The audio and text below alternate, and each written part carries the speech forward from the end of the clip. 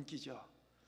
저도 하여튼 TV만 틀면 트로트가 나오니까 방송국마다 다 트로트 하는데, 여러분 사랑은 아무나 하나라는 노래를 혹시 아십니까?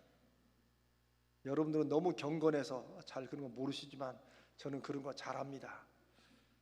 제가 인터넷을 살펴보니까 태진아라는 가수가 20여 년 전에 2000년에 부른 노래입니다. 근데 가사 중에 사랑은 아무나 하나 눈이라도 마주쳐야지, 이런 가사가 있습니다. 우리 인생의 기회를 잡는 것이 얼마나 중요하면서도 그 기회가 대체 이게 눈이라도 마주쳐야지 기회가 오지, 뭐 이런 애절한 마음이 드는 그런 가사입니다.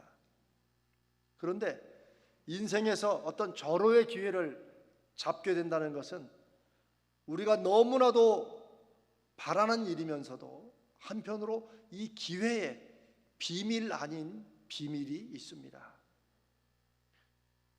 어떤 비밀은 몰라서 비밀이 아니고 다 아는데도 너무 다 알고 너무 뻔하니까 그대로 안 해봐서 비밀인 경우가 있습니다. 성경에는 그런 비밀로 저는 가득 차 있다고 생각합니다. 사랑을 원하고 결혼을 원하는 어떤 분들이 어떻게 해야 하나님이 연결해 주시는 짝과 눈이라도 마주칠 수 있겠습니까?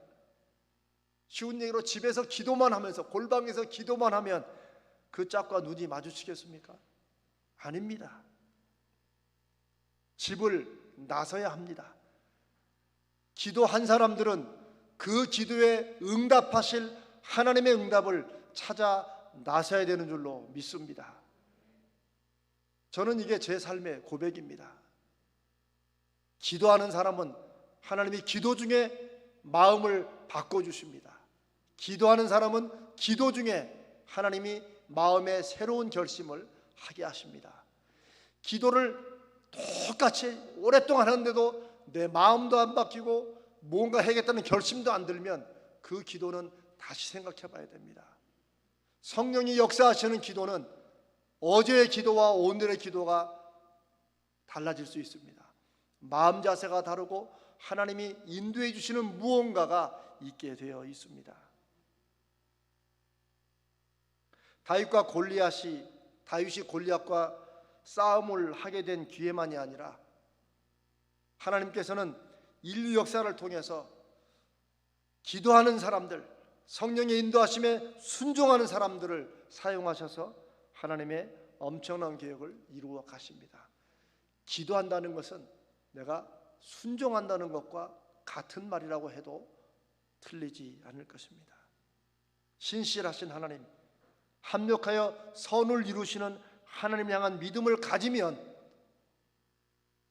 그러면 앉아서 기회를 기다리지 말고 하나님이 주실 기회를 찾아 나서야 합니다.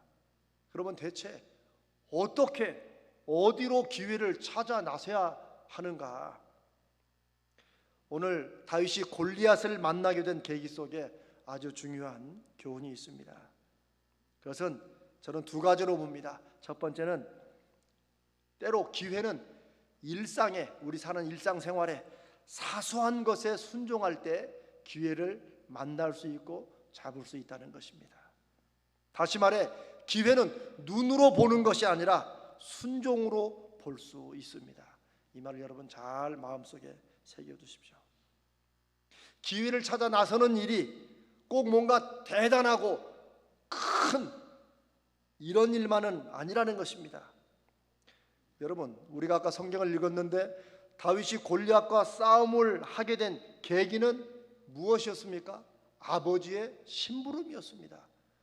그냥 여러분 성경을 그냥 읽어가면 그러려 하지만 이건 너무나도 어쩌면 좀 황당한 그런 얘기입니다.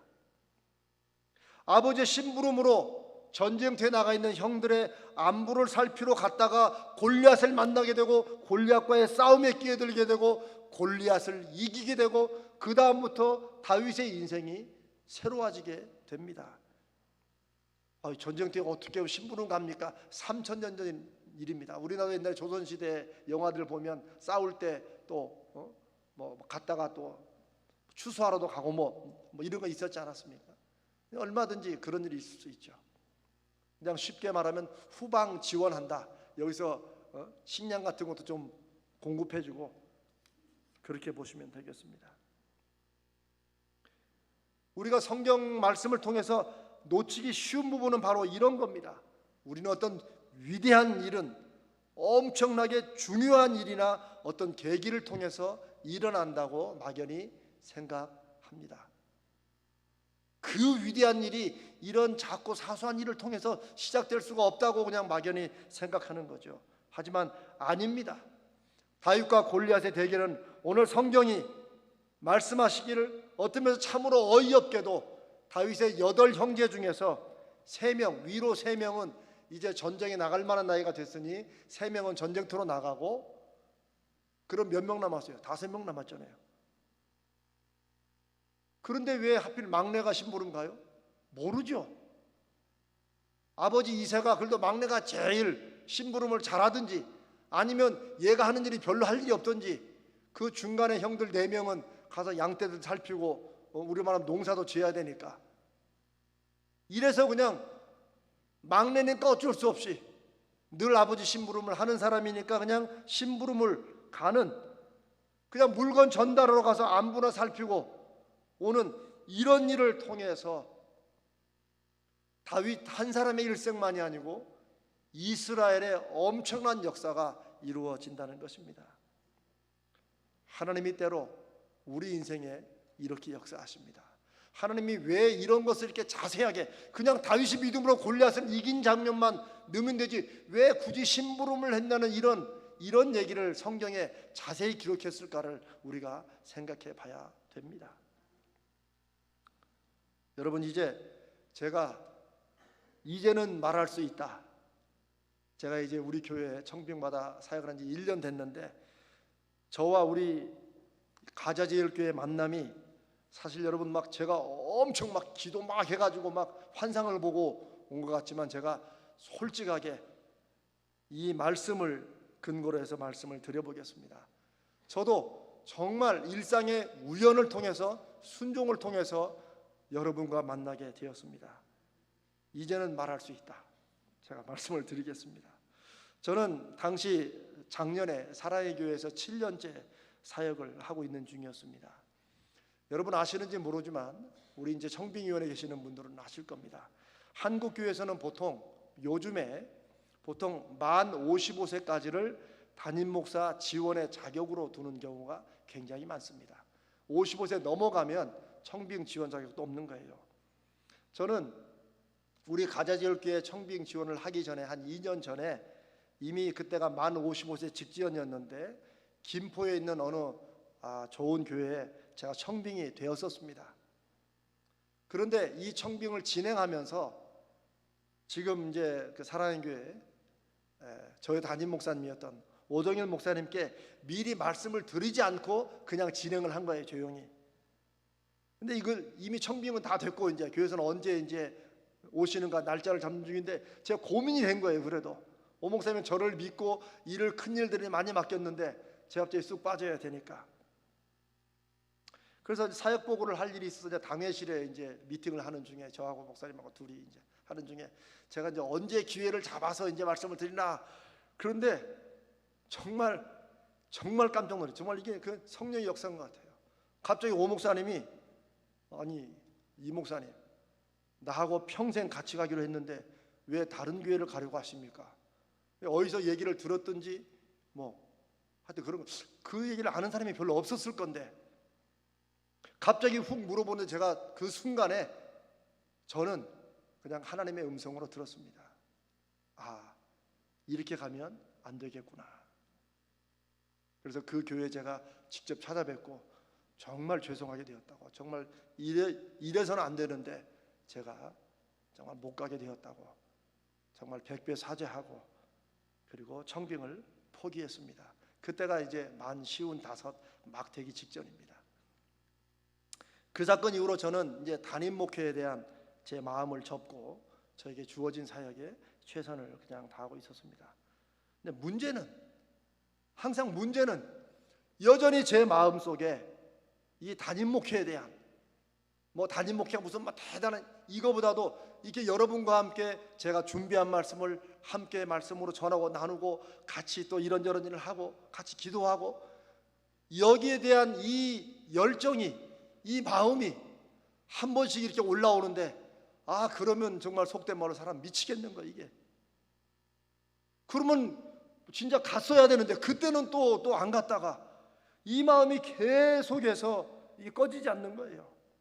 근데 이미 이제 그때는 나이가 이제 56, 이렇게 57 넘어갈 때예요. 그래서 제가 하나님께 그런 기도도 참 많이 했습니다. 하나님, 이미 포기했는데 이런 마음을 계속 주시면 어떻게 합니까?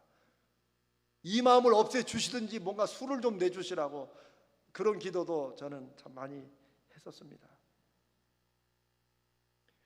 이제 그때가 작년 2019년 여름 거의 끝자락 8월 말쯤 돼갈 때였습니다.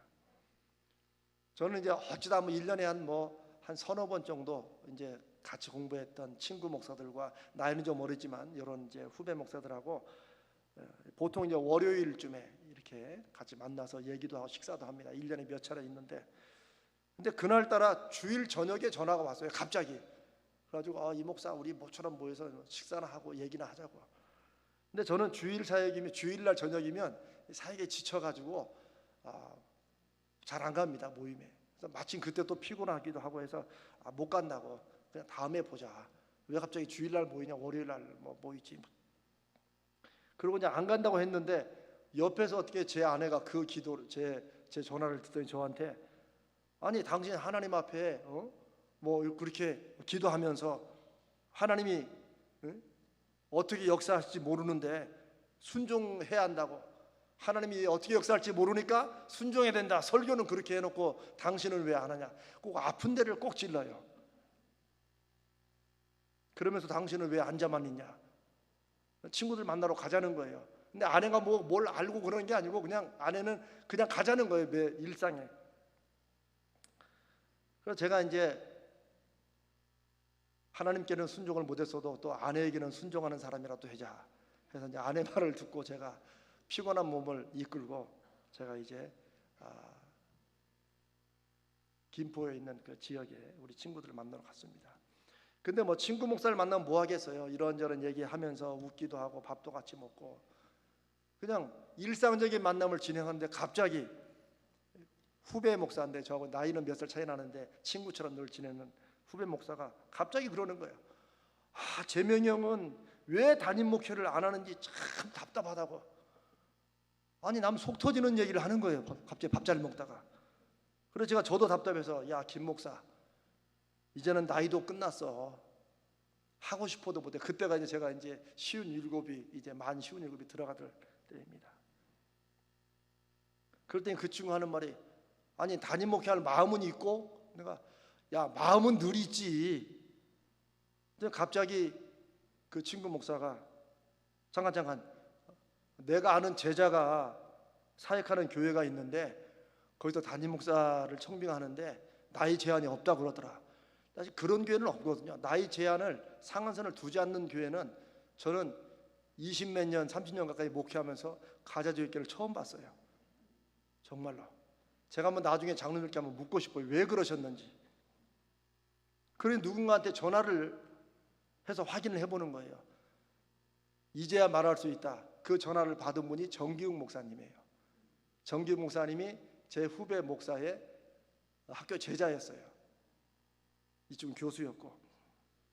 근데 정 목사님이 이제 그때 얘 우리 교회는 나이가 제한 없어요 그랬던 것 같아요. 저한테 심각한 것도 아니고, 형 여기 나이 제한 없는 교회도 있는데 한번 해봐. 근데 그때 이제 결심을 못하고, 그래 알았어. 참 별교회가 다 있다야. 그런데 그 결과 제가 이렇게 여러분과 함께하지 않습니까? 일상의 순종이 하나님이 준비하신 기회를 만난다는 것을 저는 삶에서 다시 한번 경험을 한 것입니다. 만약 제가 그 주일 밤에 무슨 뭐 대단한 모임도 아니고 막 준비해놓고 막 그 친구들이 이 목사 저기 담임 목회 갈 준비를 하고 와 뭐 이것도 아니고 그냥 먹는 밥 먹는 모임이었습니다.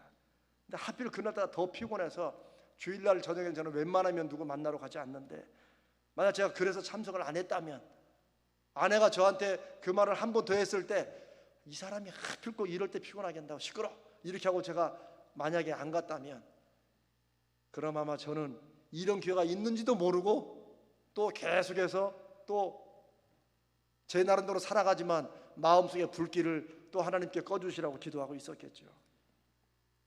사랑하는 여러분, 다윗이 평생에 처음이자 마지막으로 골리앗을 대면하게 된 계기가 아버지의 심부름이었다는 사실을, 성경이 그것을 기록해놓고 있다는 사실을 여러분 마음속에 두십시오.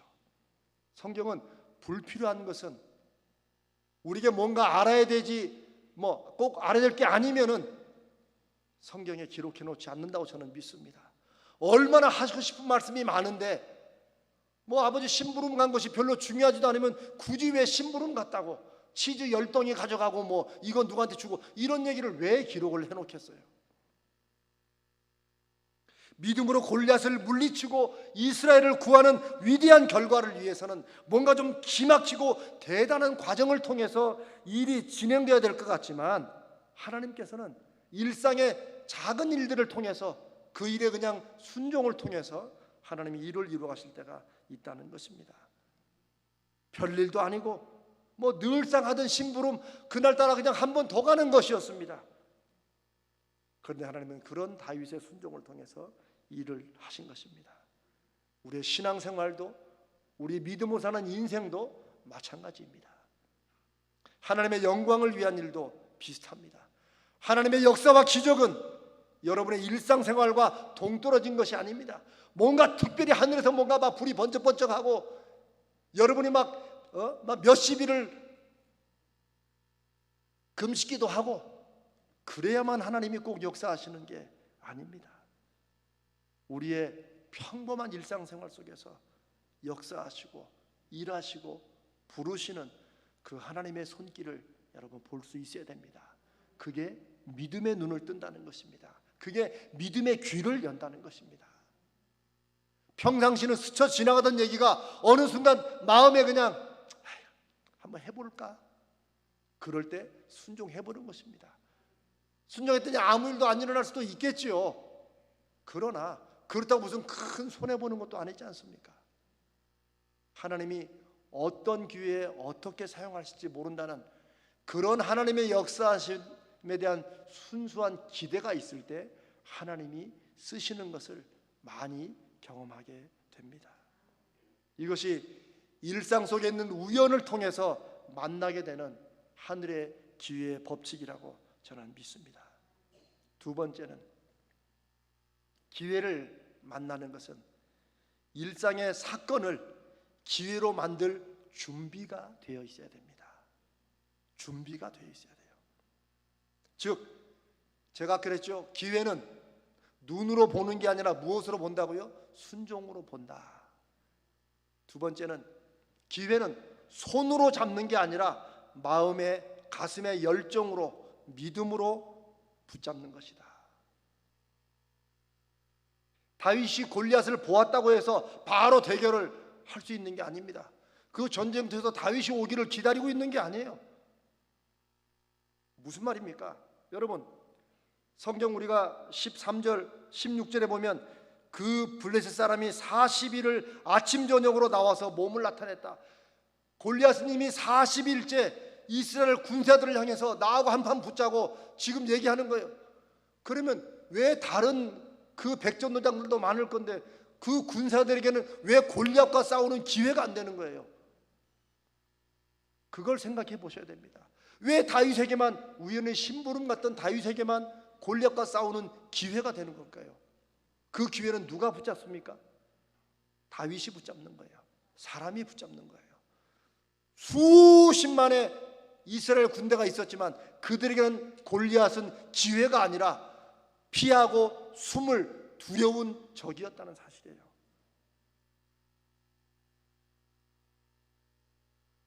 어떤 사람에게는 위기와 어려움이 다른 사람에게는 기회가 될 수 있다는 것, 여러분 우리가 주변에서 많이 듣지 않습니까? 그래서 위기라는 말은 사실은 위험한 기회라는 말입니다. 위험하다는 말과 기회가 같이 들어있는 말이 위기라는 말이죠. 참 독특한 말입니다. 기회는 그 자체가 기회가 아닙니다. 그러면 다 기회를 잡지요. 아닙니다. 기회는 기회로 만들 준비가 된 사람에게 기회가 되는 것입니다. 다윗에게는 무슨 준비가 되어 있습니까? 다윗은 하나님을 모욕하는 그 골리앗을 보고 못 참는 믿음의 준비가 되어 있었습니다. 다윗이 그냥 쓱 보고 그럼 참 목소리도 크네, 그러고 그냥 도로 집에 왔으면 다윗과 골리앗 싸움은 없었던 거예요. 그러나 다윗은 하나님을 위한 그 거룩한 이름이 저 이방 골리앗의 입을 통해서 모욕받는 걸 듣고 참지 못했던 거예요. 다윗에게는 그런 믿음의 마음이 준비되어 있었던 것이죠. 그리고 그 믿음의 마음에 골리앗의 조롱과 모욕이 하나님을 위해서 내가 한번 내 목숨을 던져버리라, 그리고 믿음으로 나갔고, 그리고 우리가 오늘 아는 다윗과 골리앗의 싸움에서 골리앗을 이기게 되는 엄청난 기회를 잡은 것이죠. 여러분, 아까 제가 잠깐 말씀드렸지만 저의 경우도 마찬가지입니다. 자, 그렇게 해서 가자제일교회에서 이제 청빙하는 제한이 없는 교회라고 내가 듣고, 그래? 근데 보니까 뭐 교단도 달라요. 저는 이제 예수교 장로의 합동측이고, 우리 가자제일교회는 또 뭐 대신측인가요? 예, 대신측이고, 잘 못 들어봤던 교단이에요, 전혀. 그리고 이미 마감 날짜가 며칠 안 남았어요. 그때 제가 8월 말에 만났으니까 그때 한 5일 남았나 6일 남았나 일주일 남았나 그랬을 거예요.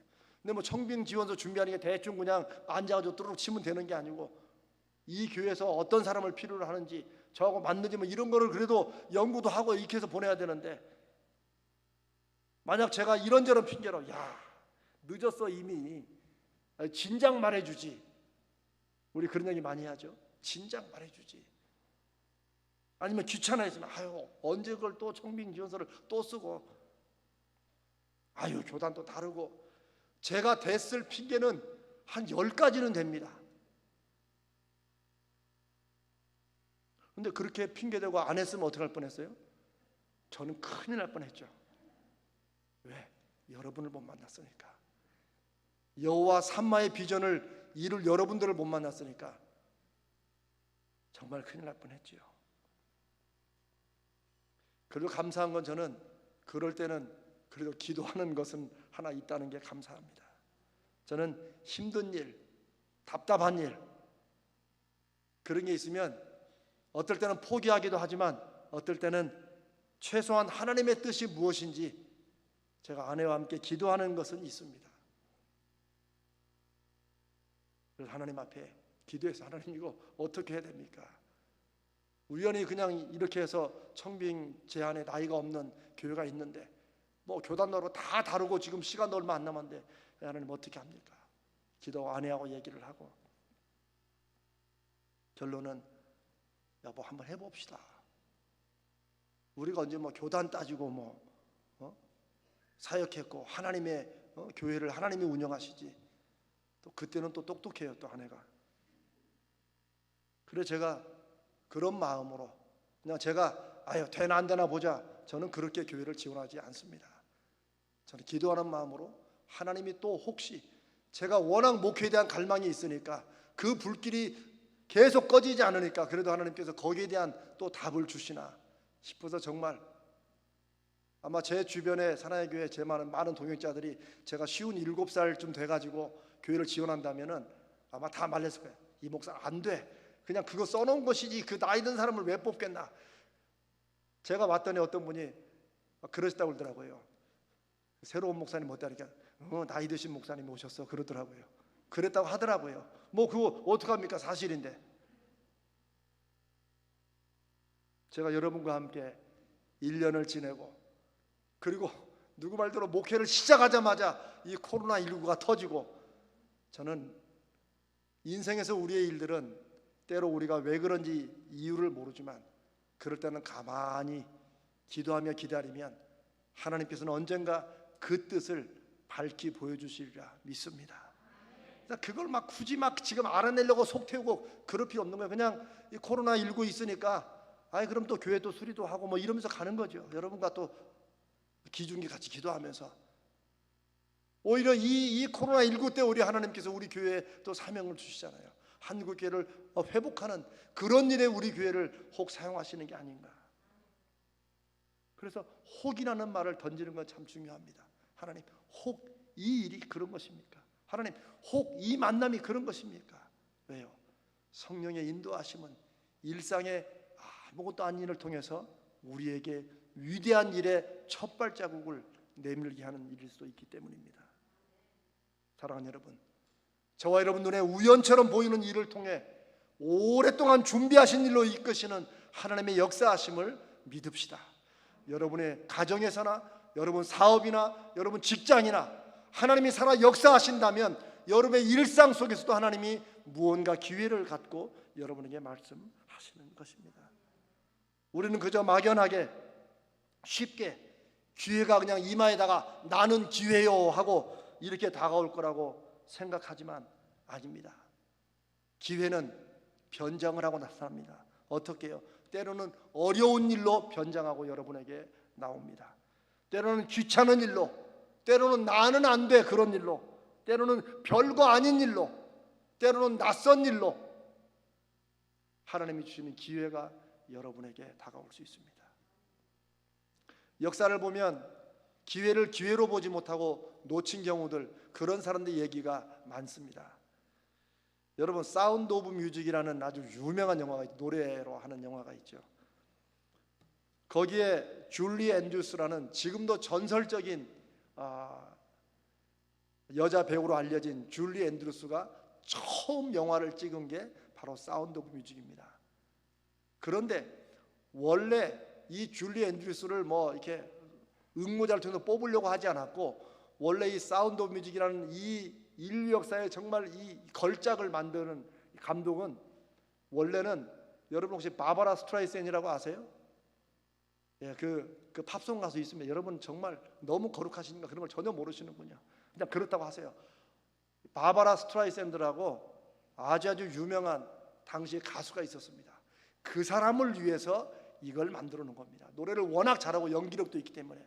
그런데 이 바바라 스트라이샌드가 그 곡을 보고 수녀 역할을 하고 뭐 노래하고 이런다니까 자기는 이런 배역은 안 맞는 것 같다고.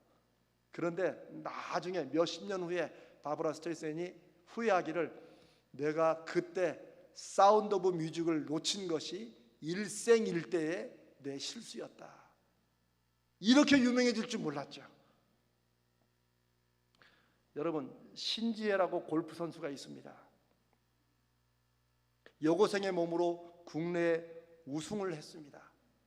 근데 프로에 들어갈 때 이제 스폰서라고 이제 후원을 해줄 기업을 구해야 되는데, 회사들마다 신지혜를 왜 후원을 안 한 줄 아세요? 쟤는 얼굴도 별로고 몸매도 별로라서 써먹을 데가 없다고 광고를 안 썼대요. 프로 입단하는데. 그런데 하이마트, 요즘에 그 나오죠, 하이마트의 사장이, 그래? 아니 골프장에서야 골프 잘 치면 그게 예쁜 거지. 이게 딱 그 사장이 했던 말이라고 신문에 나왔더라고요. 골프장에서는 골프 잘 치면 예쁜 거지. 그리고 신지혜를 프로 입단 막한 신출내기를 후원하기 시작했습니다.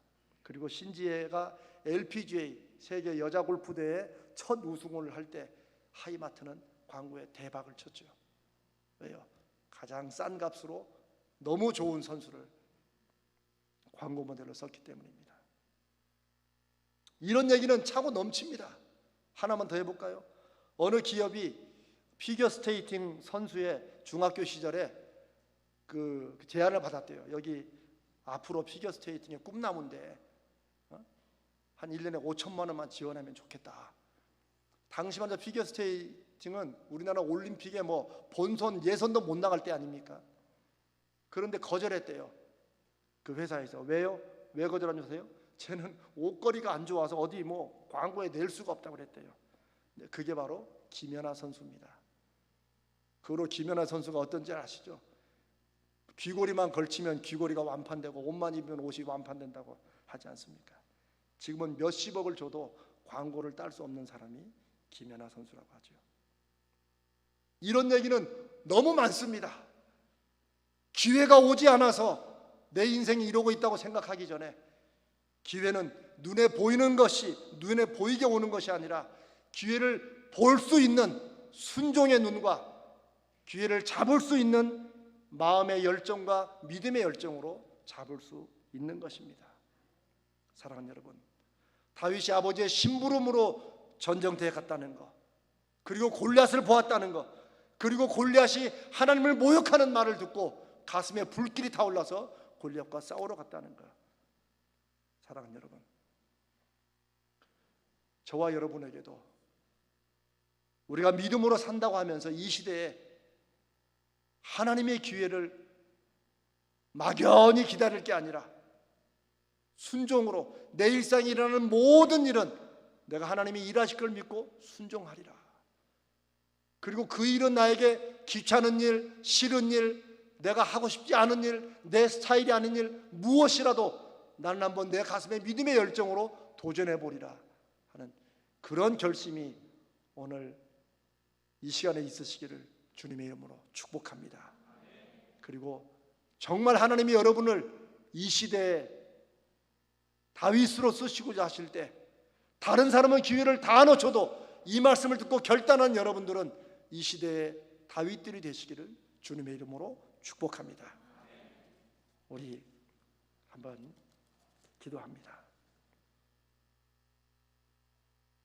주님, 순종의 눈을 열어주시고 믿음의 열정으로 붙잡게 해주시옵소서.